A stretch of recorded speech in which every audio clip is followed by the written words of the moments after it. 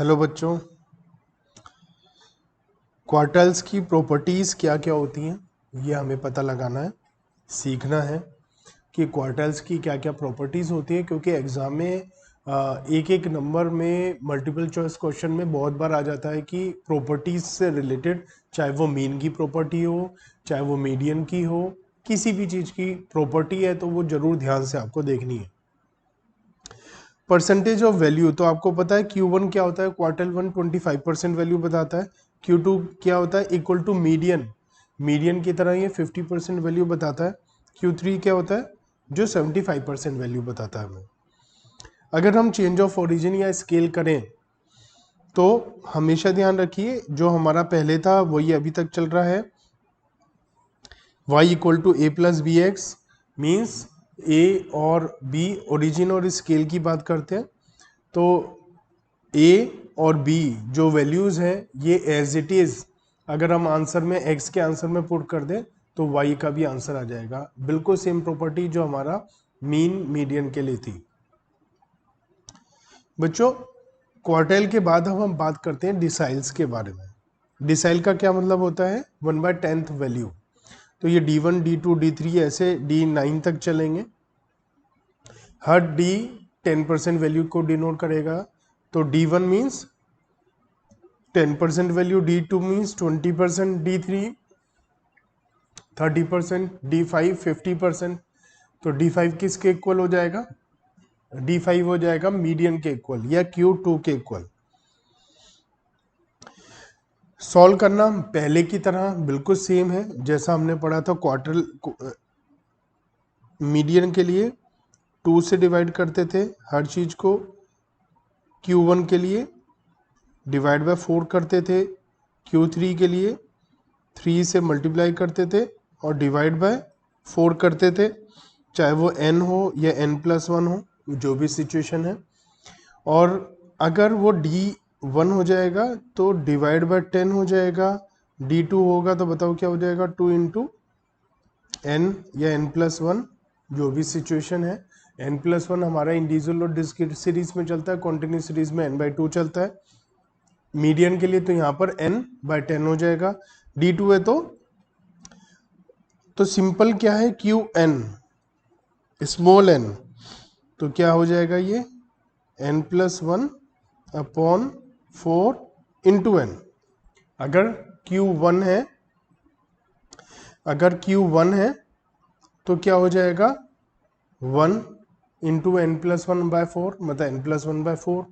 Q3 है तो n+1 upon 4 into 3। ऐसे ही dn की वैल्यू निकालनी है तो n into capital n+1 upon 4 की जगह 10 हो जाएगा। यहाँ D4 की वैल्यू चाहिए तो 4 इंटू n+1 अपॉन 10। सिंपल, बिल्कुल बहुत आसान है। तो ये डिसाइल की वैल्यूज निकलेंगी, ठीक है। और अगर वो कॉन्टिन्यूस सीरीज है तो कॉन्टिन्यूस सीरीज के लिए भी वही फॉर्मूला जो हमेशा से हम यूज चलते हैं। यहाँ पर n+1 की जगह n हो जाएगा, मीडियन में 2 से डिवाइड करते हैं, क्वार्टाइल में 4 से, और यहाँ डिसाइल में 10 से डिवाइड करते हैं, इंटू स्मॉल n, जो भी स्मॉल n है L1, और into y difference of class interval, into C previous value का कुमुलेटिव फ्रीक्वेंसी, डिवाइड बाय इस वाले क्लास इंटरवल की फ्रीक्वेंसी। तो बिल्कुल हमें एक बार कोई चीज़ निकालनी आ गई तो सब इंटर रिलेटेड है। बच्चों, चेंज ऑफ ओरिजिन इसकी भी वही है, ओरिजिन और स्केल सेम है। डिसाइल अगर आपको y सीरीज का चाहिए और x सीरीज का दिया है तो बिल्कुल b a plus B D हो जाएगा। बच्चों, जैसे डिसाइल होता है ऐसे क्या होता है परसेंटाइल। परसेंटाइल क्या होता है, 1 to 100% होता है, सबको पता है। तो P25 किसके इक्वल हो जाएगा, Q1 के। P20 किसके इक्वल हो जाएगा, D2 के। P30 किसके इक्वल हो जाएगा, D3 के। P50 किसके इक्वल हो जाएगा, Q2 मीडियन या D5। तो यहां पर इसकी वैल्यू क्या है परसेंटाइल की, तो n इंटू n+1, अगर वो इंडिविजुअल या डिस्क्रीट सीरीज है, डिवाइड बाय 100 क्योंकि परसेंटेज 100 में होती है। बाकी सब कुछ पहले की तरह है। और अगर कॉन्टिन्यूस सीरीज है तो हम n से डिवाइड करेंगे, n/100 इंटू जितनी भी परसेंटाइल है, सब कुछ पहले की तरह है। चेंज ऑफ ओरिजिन इसके लिए भी वही है प्रॉपर्टी जो हमारी मीडियन के लिए थी। Question number 62, following are the wages of labourer. हमें कुछ वेजेस बता रखी हैं अलग अलग लेबरर्स की, हमें बहुत सारी वैल्यूज निकालनी है। तो सबसे पहला काम क्या करते हैं हम लोग, सबसे पहला काम हम करते हैं, इसे सीक्वेंस में लिखते हैं। सबसे छोटी वैल्यू क्या है बताओ, 50।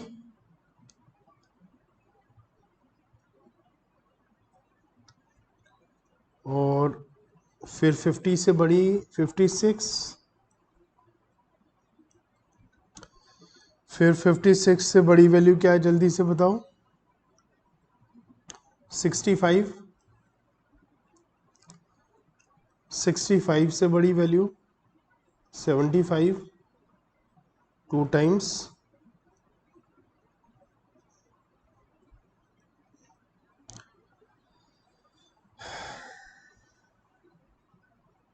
उसके बाद 80, 82, उसके बाद 90,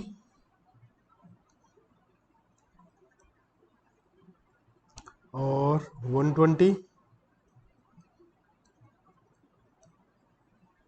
और 130। हमसे पूछा है सबसे पहले m, मुझे बताओ m का क्या फॉर्मूला होगा, वैल्यू ऑफ n+1 तो वैल्यू ऑफ 10 + 1 11/2 टर्म, इसको मतलब वैल्यू ऑफ 5.5 टर्म। तो 5.5 कैसे आएगा, फिफ्थ टर्म है 75 प्लस हाफ चाहिए मुझे किसका, इन दोनों के डिफरेंस का, 80 - 75।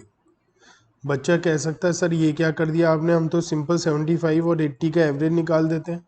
बिल्कुल निकाल सकते हैं आप, लेकिन आगे जाकर क्वार्टाइल्स वगैरह में प्रॉब्लम होगी। तो आप हमेशा क्या करें, 5.5 का मतलब है फिफ्थ टर्म पूरी है, फिफ्थ टर्म है 75, और हाफ टर्म है 5 और 6 के बीच की, तो 5 और 6 का डिफरेंस लो, 5 और 6 का डिफरेंस है 75 और 80 का डिफरेंस, और इसका हाफ ले लो। ये टेक्निक हमेशा आपको काम आएगी। तो 80 और 75 का हाफ होता है, डिफरेंस होता है 5, 5 × 0.5 मतलब 2.5, तो हमारा आंसर हो गया 77.5। तो median is 77.5। Q1 value of 11/4 term, तो वैल्यू ऑफ 11/4 क्या होता है बच्चों, 2.75।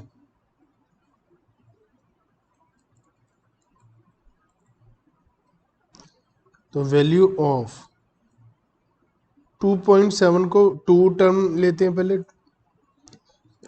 56 है सेकेंड टर्म की वैल्यू, प्लस 0.75 चाहिए सेकेंड और थर्ड के डिफरेंस का, ठीक है।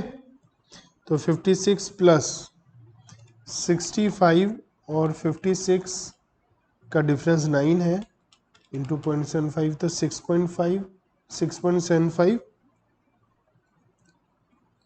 तो आंसर इज 62.75। Q1 आंसर आ गया, ये भी ठीक है। हमसे पूछा जा रहा है Q3, तो वैल्यू ऑफ 3 × n+1/4 टर्म, तो वैल्यू ऑफ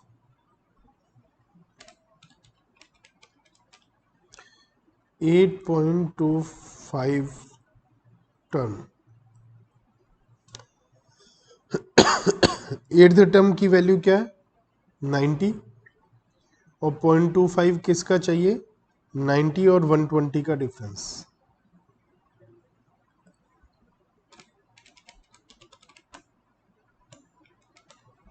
$97.5 Q3 है 97.5। नेक्स्ट D3 निकालना है हमें। D3 value of 3 into n+1 upon 10th term, तो 11 अपॉन 10 इंटू 3, तो value of 3.3 term. Third term की वैल्यू क्या है 65 और 30% किस चीज़ का चाहिए मुझे 75 और 65 का डिफरेंस, तो 3 आ गया तो 68। और हमसे क्या पूछा जा रहा है D6 value of 6 into n+1 upon 10th term, तो value of 6.6 term. 6th term है 80 और 6 और 7 का डिफरेंस है 2 और इसको 0.6 से मल्टीप्लाई करना है 81.2। नेक्स्ट हमसे जो पूछा जा रहा है P82, तो value of 82 into n+1 upon 100,